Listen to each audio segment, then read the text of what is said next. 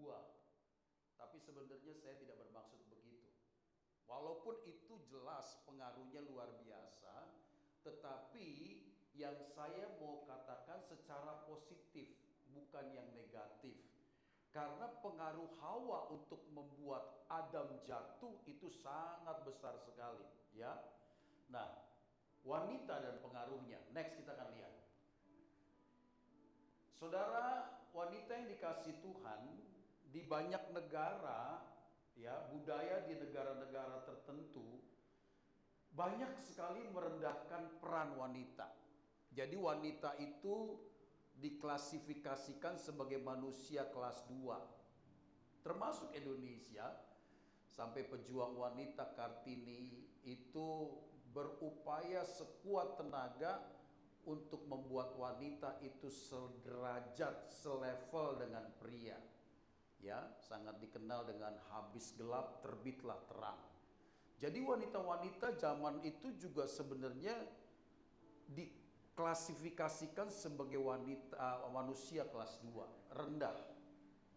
Karena mereka itu selalu dihubungkan saja dengan dapur. Ya, mereka memiliki anak dan uruslah anak itu, kira-kira begitu. Jadi hanya seputar itu. Makanya wanita itu kalau dianggap tidak bisa masak, wanita itu tidak dianggap tidak bisa ngurus rumah tangga, wanita dianggap tidak bisa melakukan hal-hal rumah tangga, itu berbahaya. Berbahaya. Katanya nanti bisa dipulangkan sama suaminya atau bisa ditolak sama mertuanya. Padahal zaman sekarang ya, kalau punya duit wanita sih nggak perlu masak ya, tinggal pesen di GrabFood, tinggal pesen ya di online, mau makanan enak, seenak apapun itu bisa muncul dengan waktu yang singkat, betul ya, asalkan uangnya ada ya. Tetapi saya juga tidak mengatakan hal itu dibenarkan penuh.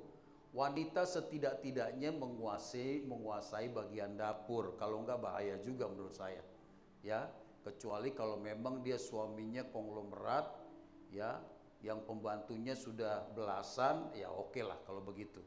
Tapi kalau yang mulai merintis dan merintih, kalau orang Batak bilang apa itu ya, manjae, wah bahaya itu, bahaya itu. Nggak bisa masak air angus, masak nasi, jadi bubur, kacau itu. Saya jamin 3 bulan itu dipulangkan itu. Makanya kan ibu-ibu itu sangat perhatian sekali untuk anak-anaknya. Ayo harus bisa dan seterusnya. Nah tetapi Yesus itu mengangkat derajat wanita. Ya. Bukan sebagai pelengkap penderita, tetapi mengangkat derajat wanita. Sehingga wanita bisa berperan menjadi berkat. Sekarang ini wanita kalau mempunyai kemampuan seperti pria, maka dia juga bisa bersaing sehingga selevel dengan para pria. Jadi kalau sekarang pemimpin negara, presiden wanita itu biasa. Walaupun ya di negara kita yang mayoritas muslim itu nggak boleh perempuan itu memimpin, tetapi kenyataannya Megawati Soekarno Putri memimpin. Margaret Thatcher memimpin, kemudian si Merkel, kanselir Jerman selama 15 tahun memimpin. Ada banyak perempuan-perempuan hebat yang akhirnya bisa memimpin sederajat dengan pria. Dan itulah yang memang dimaksudkan oleh Tuhan. Karena para wanita harus mengerti, kelebihan wanita itu dia itu penolong. Ya, saya mau katakan laki-laki itu sebenarnya nggak bisa hidup tanpa wanita, nggak bisa. Mengapa laki-laki itu ketika istrinya meninggal cenderung dia menikah lagi? Ya, kecuali kalau udah umur 60, 70 menikah lagi sih, menurut saya ya bikin repot juga ya. Tapi kalau masih seusia saya, kemungkinan bisa menikah lagi. Karena apa?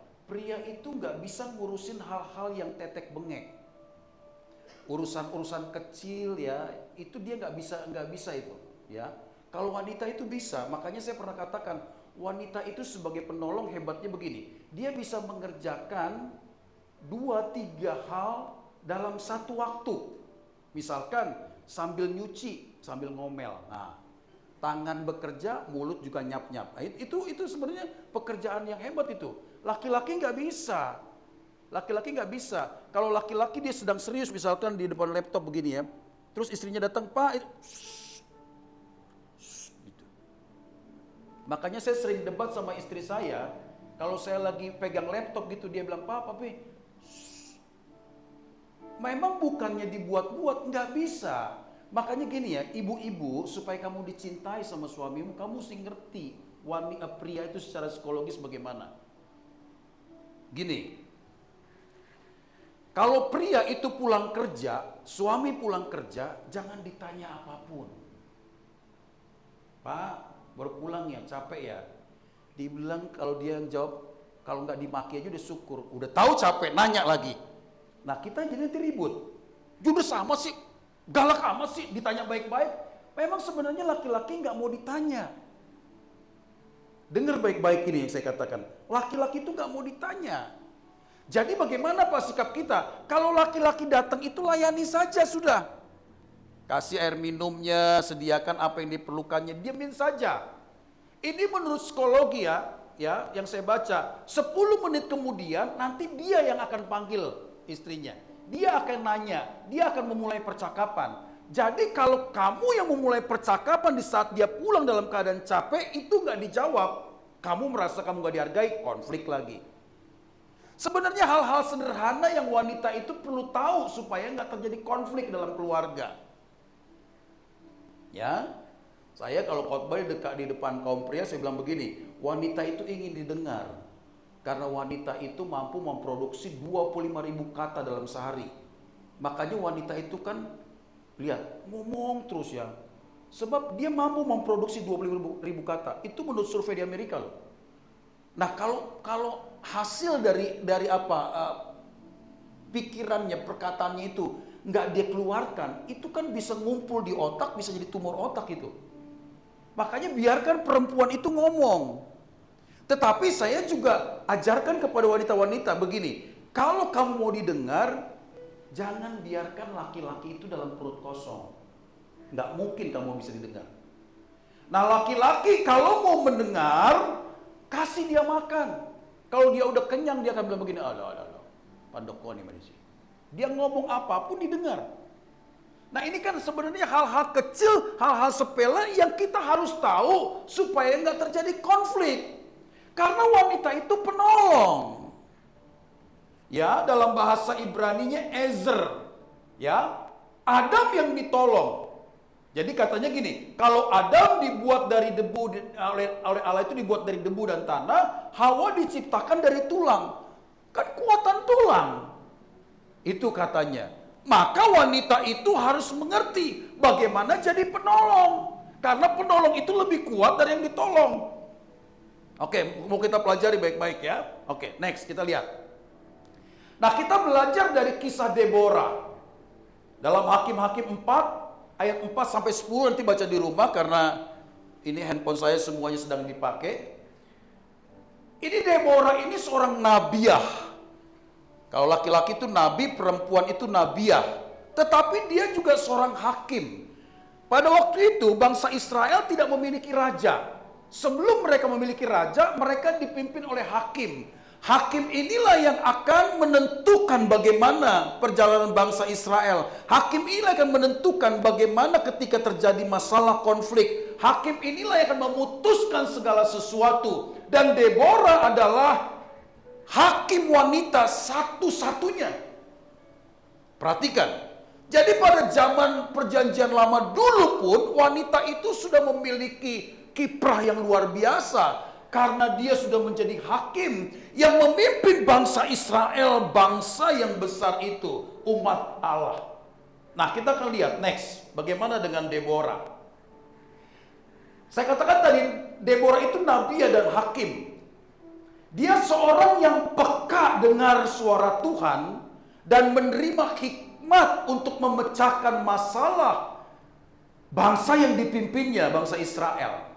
Ya, Jadi kalau dia nggak memiliki kepekaan dengan Tuhan, wanita ini kan cenderung menggunakan segala sesuatu dengan perasaan. Dia menggunakan otak kanan. Kalau laki-laki kan otak kiri. Otak kiri itu kan yang rasional, yang logika. Kalau perempuan itu yang perasaan. Ah jangan gitu, nggak enak lah. Aduh nggak usah lah. Ah gitu. Selalu menggunakan perasaan. Ya, kiri dan kanan sebenarnya baik, tetapi harus seimbang. Wanita cenderung menggunakan otak kanannya.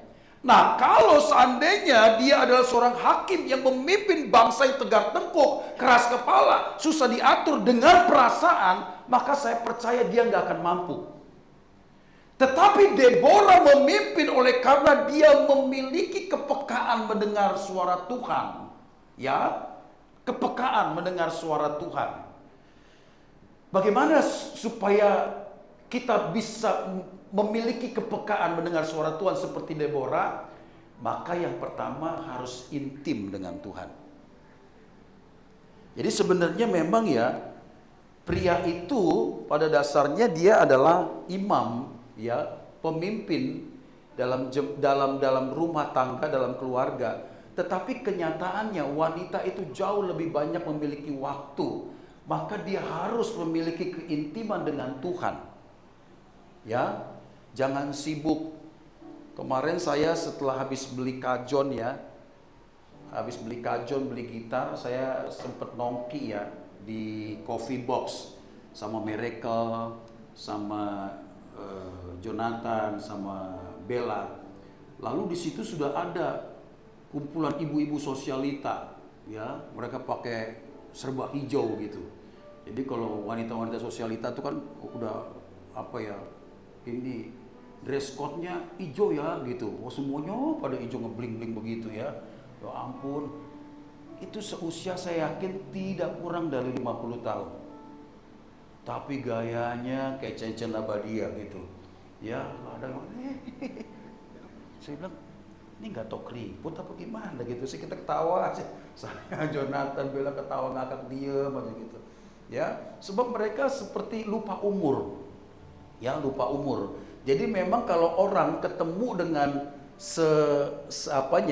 sejenisnya, selevelnya, sekomoditasnya, itu pasti lupa diri. Lupa diri. Jadi mereka foto-fotoan. Saya kirain mereka udah pulang. Rupanya balik lagi. Rupanya mereka fotoan di luar gitu loh. Habis foto di luar, masuk lagi, fotoan lagi. Nah begitulah sebenarnya banyak wanita menghabiskan waktunya. Padahal wanita itu harus lebih banyak intim dengan Tuhan sebagai pemuji. Ya,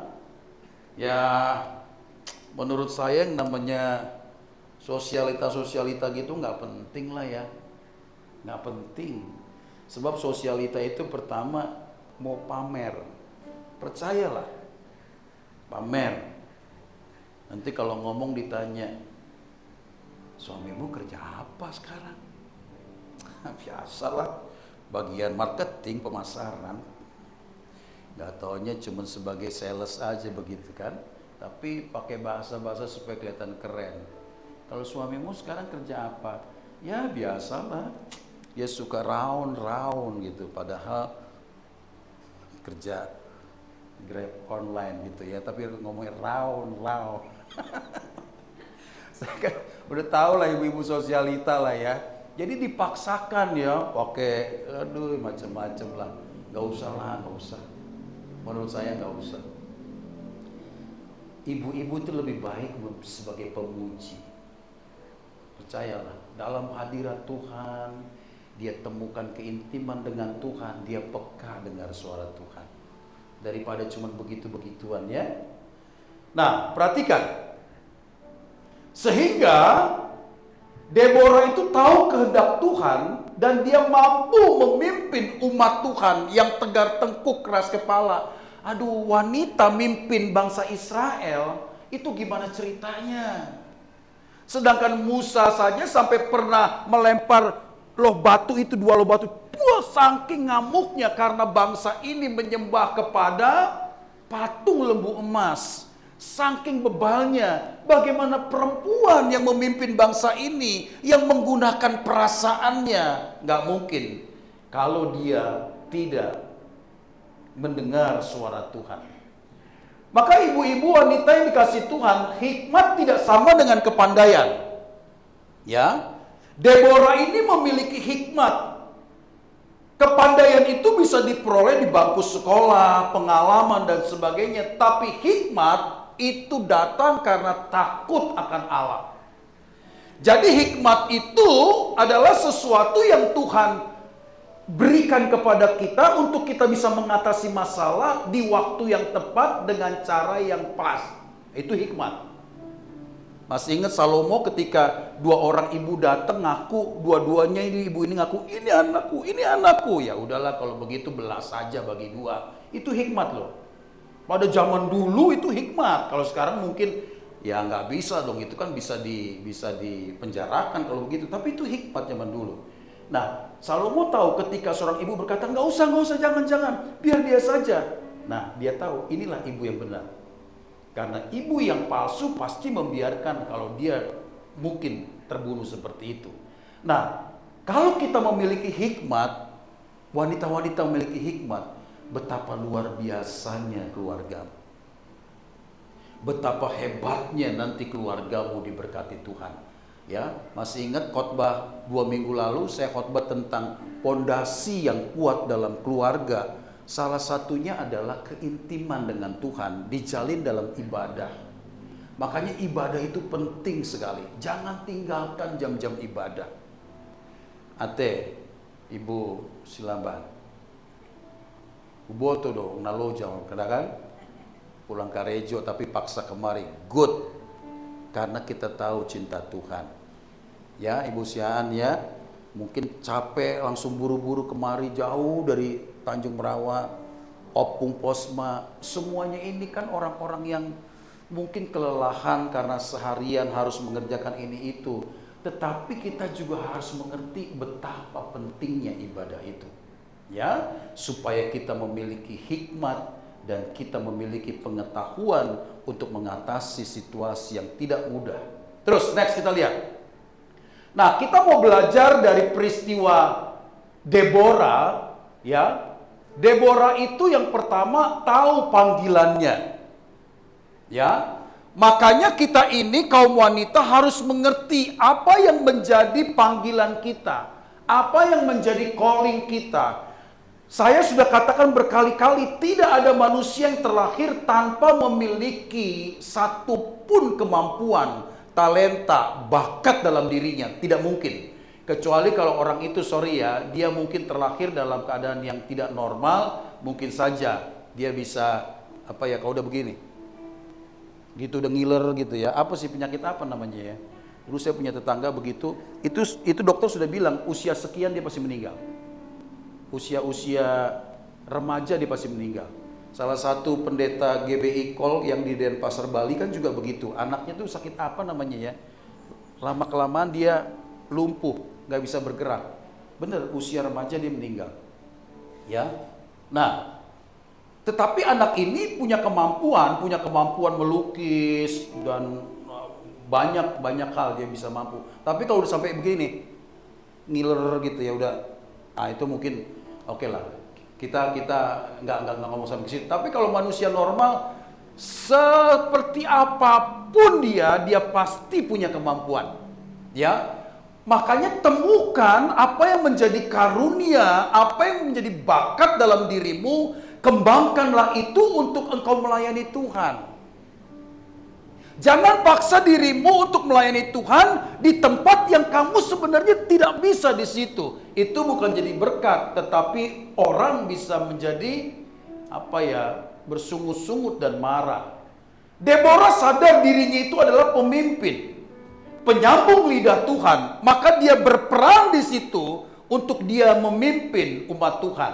Ya, Marta misalkan, dia punya karunia melayani. Masih ingat ya? Ketika Yesus ada di rumah Marta, dia melayani dengan sungguh-sungguh sampai semua yang menjadi kebutuhan Yesus dan murid-muridnya dia sediakan, dia siapkan. Priscilla misalkan, ya, VB misalkan, ya, melayani jemaat dan seterusnya. Temukanlah apa yang menjadi karunia dalam dirimu. Dan biarlah itu kita pakai untuk melayani Tuhan. Ya, sebenarnya banyaklah yang bisa kita lakukan untuk melayani Tuhan. Saya sudah bilang begini, kalau kita nggak bisa jadi singer karena suara kita ya nggak nyampe, kalau kuncinya A dia nyanyinya di B minor gitu ya, nggak nyampe gitu, ya udah jangan jadi singer. Nanti semuanya ibadah itu jadi kacau balau ya. Dulu pernah ada di sini, kemarin Itonya datang itu, Itonya itu datang, ya dianya nggak tahu sekarang di mana. Waktu kita masih di Hotel Said, waduh suaranya fals banget.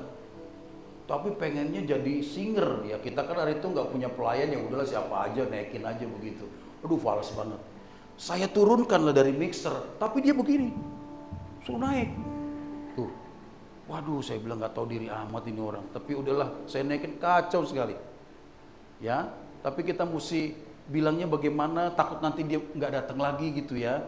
Kalau dulu kan masih baru-baru kita ya. Jadi akhirnya ya begitulah, nggak tahu diri menurut saya. Ya kalau nggak bisa ya jalankan persembahan juga sudah oke lah ya. Sebab jalankan persembahan itu juga karunia loh. Ya, harus pakai senyum gitu ya. Jangan seperti dulu saya pernah ingat khotbah di satu gereja di Sun Plaza ya. Itu udah orangnya tinggi, sorry ya, dia orang Chinese tinggi gitu. Jalankan persembahan mukanya gini. Serem banget gitu loh. Sampai saya bilang sama gembalanya, kok yang begini dikasih bawain kantong kolekte, biarin aja lah supaya orang pada takut. Nanti ngasih 5.000 jadi 10.000. Bah, apa pula. Kebetulan gembalanya kan saudara saya, biarin aja lah. Aduh gereja ini kadang-kadang macam-macam, saya pusing benar-benar deh. Ngeliat gereja sekarang ini, aduh nggak tahu deh.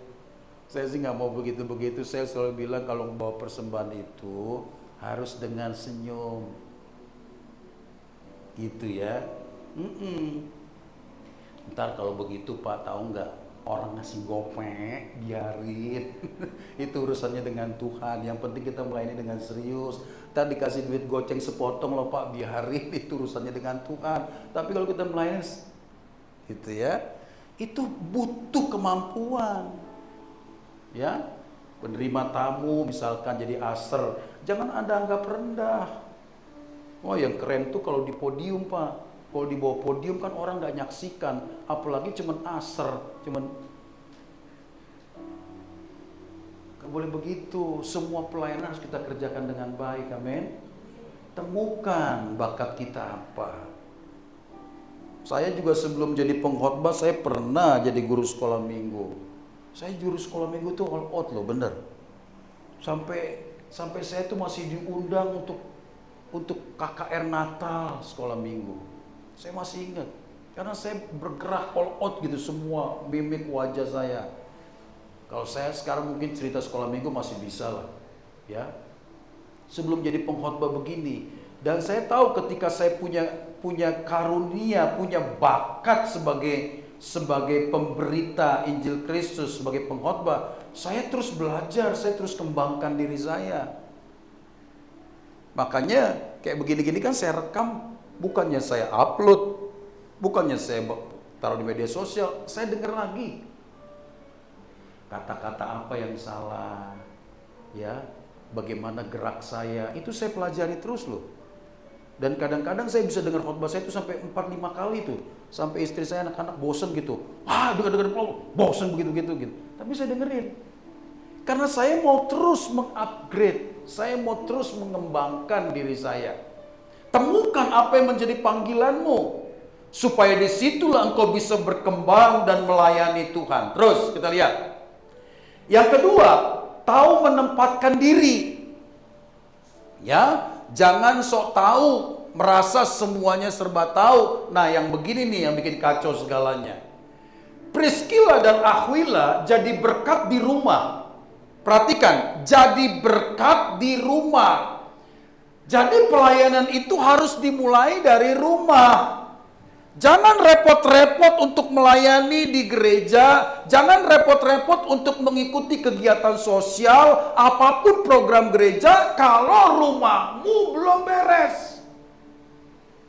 Kalau keluargamu masih berantakan, fokuslah di situ. Layanilah mereka sampai mereka betul-betul hidup di dalam kasih kepada Kristus, baru kau bisa keluar. Kan Alkitab katakan dari Yerusalem dulu. Yerusalem, Yudea, Samaria, sampai ke ujung bumi. Jangan kita mau ke ujung bumi yang di Yerusalemnya berantakan. Dulu pernah di sini ada kaum wanita ya, dia rumahnya tinggal di Bajak sana. Memang dia setia mengikuti ibadah. Hampir semua ibadah diikutin. Tapi dia rupanya berantem keras dengan suaminya sampai dia nangis. Dan dia datang kepada saya, dia bilang begini, saya kan cari Tuhan Pak, saya sungguh-sungguh cari Tuhan. Tapi suami saya marah-marah. Loh, kenapa marah Bu? Iya, nggak tahu dia tuh. Saya tanya gini, memangnya ibu di rumah sudah selesaikan semua? Ya saya kan nggak sempet Pak. Gimana saya bisa begini begitu? Saya bilang ibu pulang aja, pulang ya. Besok-besok jangan ibadah. Selesaikan dulu di rumahmu, semuanya beres, baru datang ibadah. Pergunakanlah waktu yang baik. Ini ibadah dijadikan tameng gitu loh. Dia nggak ngerjakan yang seharusnya dia kerjakan sebelumnya, tetapi dia datang ibadah sebagai sebuah alasan untuk membenarkan diri. Saya bilang jangan ibadah lagi. Betul, istri saya tahu hari itu. Saya bilang begitu. Karena apa? Menurut saya itu nggak benar. Suami capek pulang kerja, begitu ngeliat buka tudung saji, makanan tak ada. Mau buka magic jar, nasi tak ada. Nggak dicekek aja udah syukur. Pakai alasan ibadah lagi.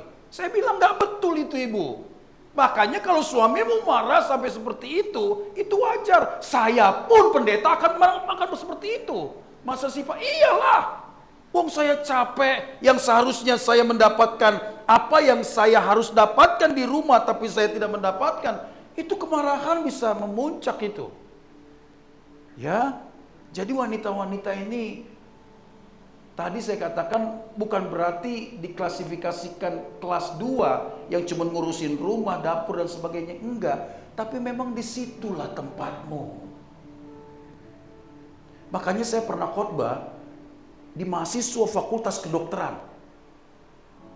Mereka begini semua. Saya bilang begini, hai dengar kamu nanti kalau kamu jadi dokter, wanita-wanita ini yang jadi dokter. Kalau kamu punya suami, suamimu itu sudah mapan. Dia sudah punya gaji yang sangat-sangat mencukupi. Tinggalkan profesi kedokteranmu. Begini mereka. Kayak marah sama saya. Dalam hatinya mungkin begini. Emang pendeta ini nggak tahu bapakku dijual kambing, jual sapi, jual kerbau, jual tanah untuk tunjuk oleh aku. Kan kuliah kedokteran ratusan juta. Tiba-tiba kawin, lalu apa? Lalu suruh jadi ibu rumah tangga. Kan saya bilang begini, kalau suamimu sudah memiliki gaji yang sangat mencukupi, terus mau apa lagi? Kemungkinan Anda pun gak setuju dengan saya. Tapi gini, apa sih sebenarnya kebanggaanmu? Saya sudah bilang kebanggaan kita itu kecuali satu saja, melihat anak-anak kita diberkati Tuhan.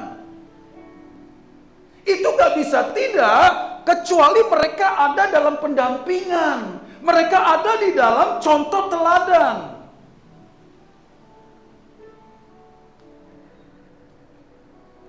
Kemarin ada yang nanya begini ya, kenapa ya anak itu begitu ya? Kemungkinan bapaknya kerja ya? Iya, ini dalam percakapan saya dengar, ibunya kerja ya? Iya, oh pantes. Jadi sepanjang hari dia itu tidak melihat ibu dan bapaknya. Itu pulang malam, lalu mereka itu dibiarkan saja dengan kegiatannya sendiri. Sampai saya punya teman begini ya, Dia bilang, Dedi, aku mau ketemu sama psikiater. Loh, kan Dedi juga psikiater. Kan Dedi juga pendeta. Enggak, aku maunya psikiater yang lain, bukan Dedi. Lalu dipanggil lah. Bayangkan, dipanggil lah psikiater. Ngomong, rupanya dia ngomong begini. Aku nggak tahu Dedi itu kerja apa.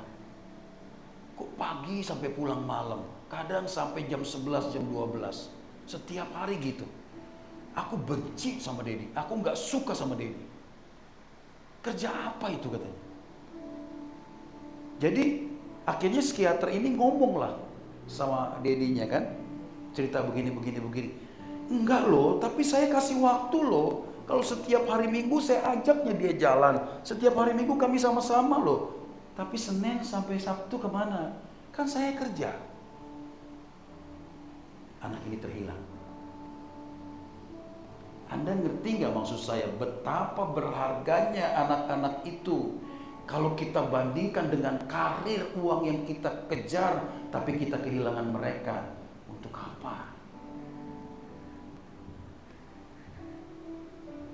Makanya saya bilang kalau sudah mencukupi, baiklah. Menurut saya ibu itu lebih baik untuk tinggal di rumah. Saya pernah mendengar percakapan suami istri. Suami istri ini kerja di satu perusahaan yang sama. Tapi perusahaannya memutuskan untuk terserah mau suaminya atau istrinya yang kerja. Nggak boleh dua-dua di perusahaan itu. Akhirnya diskusilah mereka. Kalau secara karir, istrinya yang pasti akan lebih cepat menanjak. Suaminya enggak. Tahu enggak? Suaminya memutuskan untuk resign, berhenti dari perusahaan itu, istrinya dibiarkan kerja. Suaminya itulah yang menjadi ibu di dalam rumah itu. Betul, akhirnya istrinya itu nanjak. Oh, bisa sampai ke Korea, ke Amerika, dia expert. Dia ahli dalam perminyakan. Secara ekonomi dia hebat sekali. Suaminya yang tinggal di rumah. Ngurusin anaknya. Ngerjain ini itu. Mungkin gak bisa masak tapi dia atur semuanya. Hidup itu harus diatur demikian. Gak boleh sembarangan karena nanti kita akan melihat sesuatu yang waduh di luar dugaan kita akan terkaget. Makanya wanita itu harus mulai pelayanannya dari rumah. Dan kalau wanita yang benar, dia adalah wanita yang tunduk. Sehebat-hebatnya wanita, dia harus tunduk kepada suami. Karena suami itu adalah pemimpin. Dia adalah kepala. Sekalipun mungkin karirmu, uangmu, gajimu lebih besar dari suamimu, tetapi dia tetap decision maker. Dia tetap pengambil keputusan. Kamu boleh memberikan advice, kamu boleh memberikan masukan, tapi biarlah dia pengambil keputusan. Karena itulah hierarkinya. Nah, kecenderungan sekarang kan enggak. Wanita yang merasa dia lebih hebat, udahlah kau diam sajalah. Tahu apa sih kau? Ngomong sajanya kau tahu. Diamlah kau. Udah begitu. Saya kagum ya dengan Menteri Luar Negeri Indonesia yang rambutnya pendek itu, saya lupa namanya siapa. Oke lah. Tapi itu suaminya itu cuman RW. RW itu rukun warga. RT, RW. Itu kan jabatan rendah itu. Sementara istrinya Menteri Luar Negeri. Itu jomplang amat itu. Tapi dia tetap hormat kepada suaminya. Itulah yang membuat keluarga diberkati Tuhan. Ya, aduh Pak, Bapak sih ngomong gampang. Kita bisa hormat gimana dengan laki-laki yang bodohnya di situ, nggak bisa apa-apa, nyari duit nggak jelas. Aduh Pak, saya nyesel kawin sama dia. Nggak bisa. Kamu harus tahu, dia itu bodohnya bukan baru. Dari dulu dia udah bodoh gitu. Kenapa kamu kawin sama si bodoh? Dia dulu nggak bodoh loh Pak. Makanya kalau kawin itu buka mata, buka hati, buka telinga. Jangan cuma pakai perasaan. Ya. Nah di situ kita kejebak. Kejebak pasti, karena masa pacaran itu biasanya semuanya nunjukin yang baik-baik. Mana ada orang pacaran, lagi pacaran, gitu. Ya itulah aku, terimalah aku apa adanya. Nggak bisa, diputusin kamu hari itu juga. Nggak bisa, langsung habis makan, gitu, ngedahak. Diputusin kamu, pasti dia akan nahan-nahan. Kalau sudah kawin baru keluar aslinya. Kan begitu. Makanya kan saya dalam pemberkatan nikah saya bilang, kalau kita sudah berkeluarga jangan lagi jatuh cinta, tapi bangunlah cinta. Kalau jatuh itu kan fall in love, fall itu kan jatuh. Kita harus bangun cinta, build love, bangun. Ya, ya kalau bangun cinta begitu, kita harus ngerti pasangan kita begitu, ya sudahlah, ya. Pasangan kita begini, ya sudahlah. Saya kan dengan Ibu Gembala ini juga konfliknya besar loh. Ya, dia galak, saya galak. Tinggal siapa saja yang mati duluan. Udah begitu. Udah begitu. Tapi kan lama-kelamaan kita ini kan, ya gimana ya, kok hidup gini terus gitu. Saya bersyukur Ibu Gembala ini sekarang sudah mulai, emosinya udah mulai agak agak tenang gitu. Dulu waduh ampun, bener, saya bukan ngejelekin dia ya, bukan, ini kan istri saya. Kalau saya ngejelekin dia berarti ngejelekin saya, enggak. Ini cuma jadi pengalaman saja. Kalau saya begitu loh, galakan dia, betul. Sekarang dia udah mulai reda gitu. Ya saya juga kadang-kadang harus ngalah gitu ya. Sebab dia kan gulanya mulai tinggi juga, nanti bisa tiba-tiba kenapa-napa gitu ya. Jadi harus saling ngerti lah, ya. Cuman ya gitu, udah gulanya tinggi, kadang-kadang makannya juga ya ampun. Seneng minum-minuman kayak begitu. Bab, ada mixue apa? Itu mixue, aduh nanti gulamu naik. Gitu ya. Terus nanti mau makan itu ada apa, makanan kayak gitu, itu kan junk food, nggak boleh gitu. Ya kan? Kita harus saling mengingatkan gitu. Makanya wanita itu harus tunduk. Tunduk kalian semua ya. Tunduklah. Jangan melawan-lawan. Cengengesan kalian semua. Nggak, ini serius ku bilang lah. Saya tahu nggak mudah kalian tunduk sama suami lah. Saya tahu lah. Aduh, ini yang ngomong bukan saya, yang ngomong ini firman Tuhan. Tunduklah. Ya, kalau suami bilang kiri, kirilah. Kanan, kananlah. Lurus, luruslah. Kiri apa? Kanan aku. Ngatur-ngatur kau. Habislah kita. Ya, percayalah dengan kamu tunduk di situ berkat Tuhan. Ini Mary Jane, istri Smith Wigglesworth, ini seorang penginjil besar pada zamannya. Dia itu seorang penginjil yang membangkitkan banyak orang mati. Nanti lihat di Google, pasti nongol nama itu. Istrinya Mary Jane ini adalah seorang yang sangat lembut, seorang yang sangat tunduk kepada suami. Nah, sekali waktu si Smith ini dalam keadaan yang mungkin dia nggak nyaman, mungkin dia merasa, ya orang kan nggak mungkin rohaninya tuh terus naik gitu ya. Ada saat dia turun gitu ya. Ada saat dia merasa nggak nyaman, dia merasa nggak oke melayani. Tapi istrinya itu nggak bilang begini, kamu kenapa sih? Udah pendeta melayani dong, serius dong, kok begitu-begitu? Enggak. Dia enggak mengucapkan kata-kata gitu. Dia menunjukkan sikap bagaimana supaya suaminya itu bangkit lagi gitu loh. Bangkit lagi. Dia tunjukkan sikapnya. Makanya Smith pernah ngomong gini, nanti buka di Google. Saya mengagumi Tuhan. Dan orang kedua yang saya kagumi setelah Tuhan adalah istriku. Karena dialah yang membuat aku jadi seperti sekarang ini. Nanti baca di Google. Jadi istri itu sebenarnya harus memiliki kelemah lembutan. Perempuan itu letak kekuatannya itu di lemah lembut loh.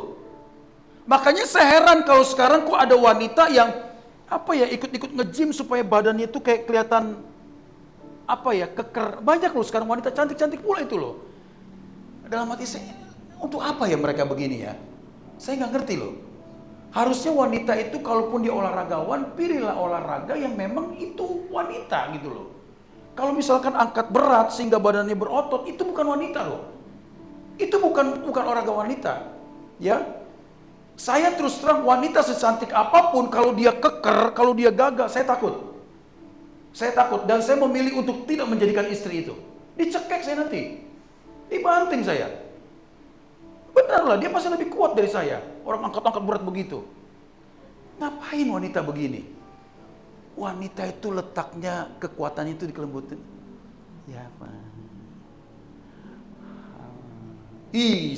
Saya kalau ngeliat wanita begini nih, kalau saya bisa muda lagi mau kawinin. Sungguh. Makanya kan saya pernah bersaksi dulu waktu saya di Bali ya, di Ubud. Saya ketemu dengan SPG di museum Museum Antonio Blanco, kalau Anda pernah ke sana. Wah itu lembut banget itu orang. Dari awal kita dilayani, gitu ya, ngomong dijelasin semua. Sampai saya ke Pak Mesaki kasih tip, dikasih cepek, tambahin dong. Tuh. Sama istri saya jauh lebih cantik. Tapi kelembutannya itu membuat saya gitu loh. Kalau saya 3-4 hari di Bali ketemu dia terus bisa jadi tuh. Tuh.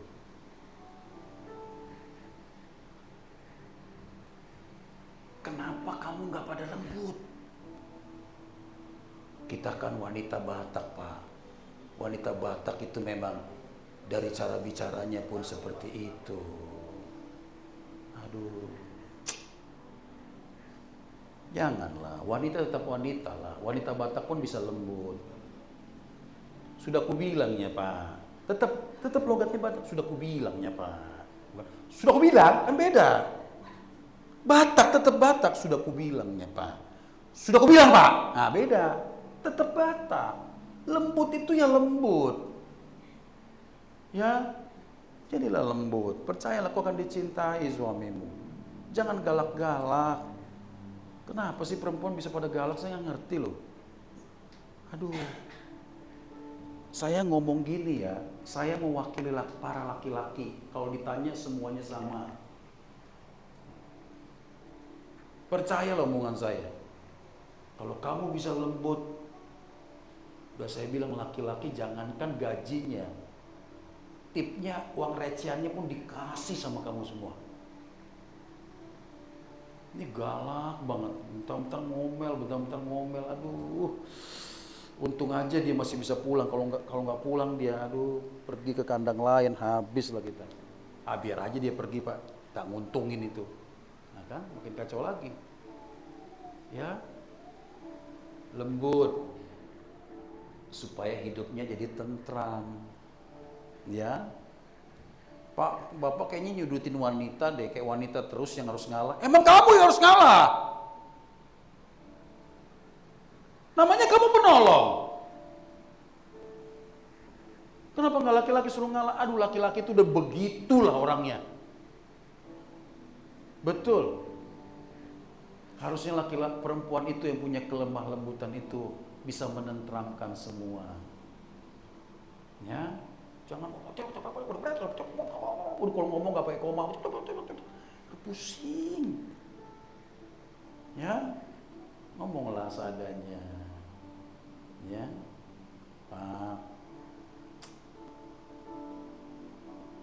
kita jalan yuk. Gitu. Kalau istriku bisa ngomong kayak begitu nadanya, Aman. Jangankan cuma keliling Medan, ke Israel pun usahakan itu.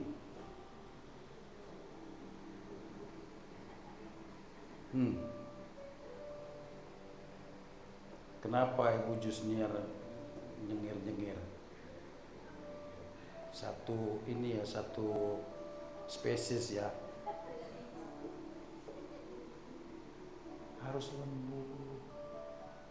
Wanita letak kekuatannya di kelembutannya, bukan di kegagahannya. Ya. Yang terakhir, next. Mampu bekerja sama. Jadi Deborah itu kalau Anda baca nanti di dalam Alkitab tadi itu, dia mampu mengajak Barak untuk berperang. Sehingga kekuatannya itu menjadi utuh, menjadi lengkap. Sehingga dia bisa memenangkan peperangan.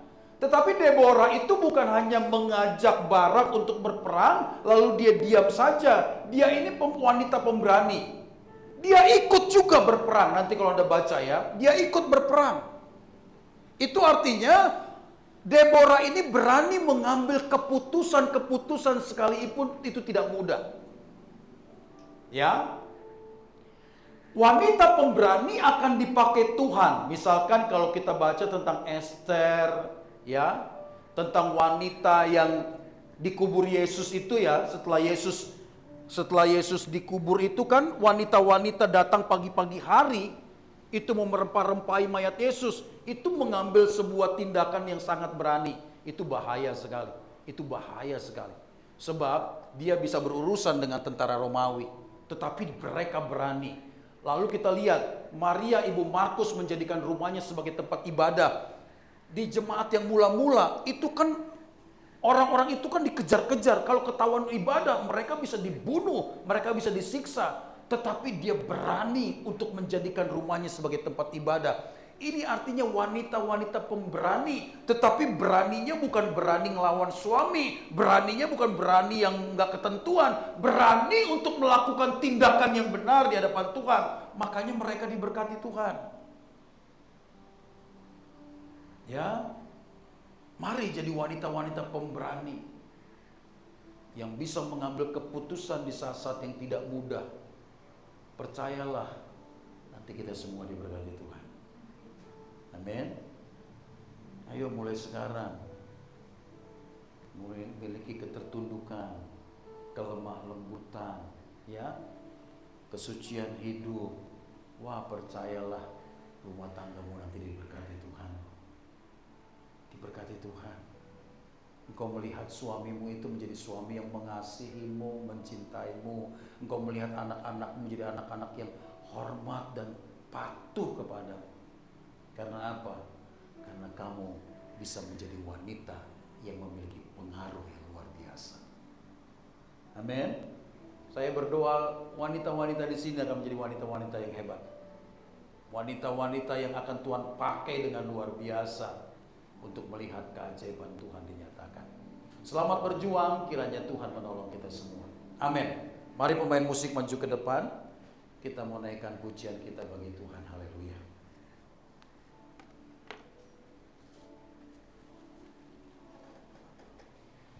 Mari kita nyanyikan pujian tadi. Bersama keluargaku melayani Tuhan. Haleluya. Kita mau nyatakan kepada Tuhan betapa kerinduan kita dan seluruh keluarga kita menjadi alat dalam tangannya untuk melayani Tuhan. Haleluya, haleluya. Melayani Tuhan dimulai dari rumah kita. Mari kita kerjakan dengan sungguh-sungguh. Percayalah, Tuhan akan memberkati hidupmu, keluargamu, dan masa depanmu. Haleluya. Haleluya. Mari kita angkat pujian ini. Kami datang di hadirat-Mu dalam satu kasih dengan bersehati, berjanji setia sampai akhir. mengasihimu, Yesus.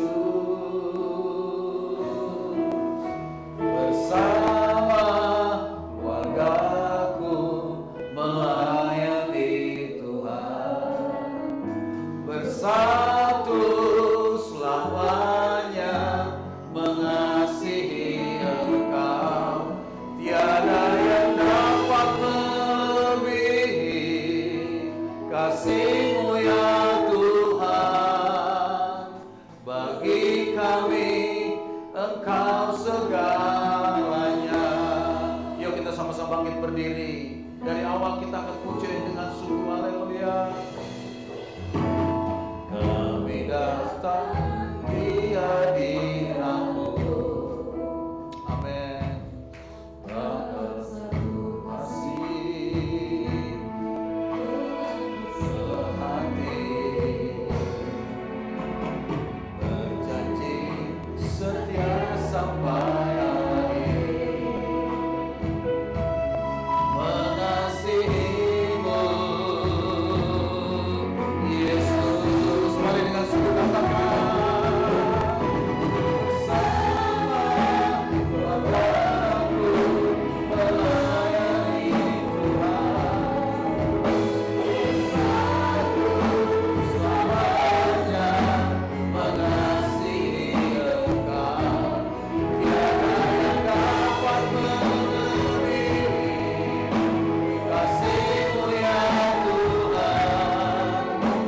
Bagi kami Engkau segalanya. Bersama keluargaku melayani Tuhan, bersatu selamanya mengasihi Engkau. Tiada yang dapat melebihi kasih-Mu ya Tuhan. Bagi kami Engkau segalanya. Haleluya, haleluya, haleluya. Itulah doa dan harap kami kepadamu ya Tuhan. Kami rindu, kami sekeluarga melayani Engkau. Sebab tidak ada satu apapun yang lebih indah dan mulia kecuali melayani Tuhan, Sang Pencipta, Sang Pemilik hidup kami. Maka melayani Tuhan dimulai dari keluarga kami, dari rumah tangga kami. Kami ingin belajar ya Tuhan menunjukkan sikap hidup yang benar. Sebagai seorang wanita ya Tuhan, memiliki ketertundukan, kelemah lembutan, kesalehan hidup. Sehingga hidup yang kami peragakan itu bisa menginspirasi keluarga kami untuk hidup dalam Tuhan. Tuhan tolonglah setiap wanita-wanita yang hadir hari ini, yang mendengarkan firman-Mu. Seperti Deborah, seorang nabia dan hakim, satu-satunya hakim wanita yang Tuhan pakai memimpin bangsa Israel, umat yang tegar tengkuk, keras kepala. Tapi karena dia memiliki keintiman dengan Tuhan, Tuhan memberikan dia hikmat untuk mengambil keputusan-keputusan yang baik.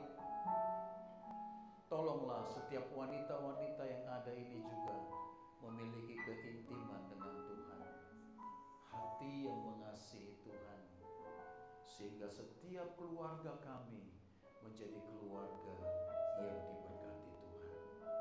Tanamkan firman-Mu dalam hati kami, supaya nanti pulang dari gedung ibadah ini, kami akan berjuang dengan pertolongan Roh Kudus untuk mengerjakannya, supaya kami melihat tangan-Mu yang ajaib memulihkan, memberkati keluarga kami. Terima kasih Bapa, di dalam nama Tuhan Yesus Gembala kami yang baik, kami bersyukur dan kami berdoa kepada Tuhan. Haleluya. Amin.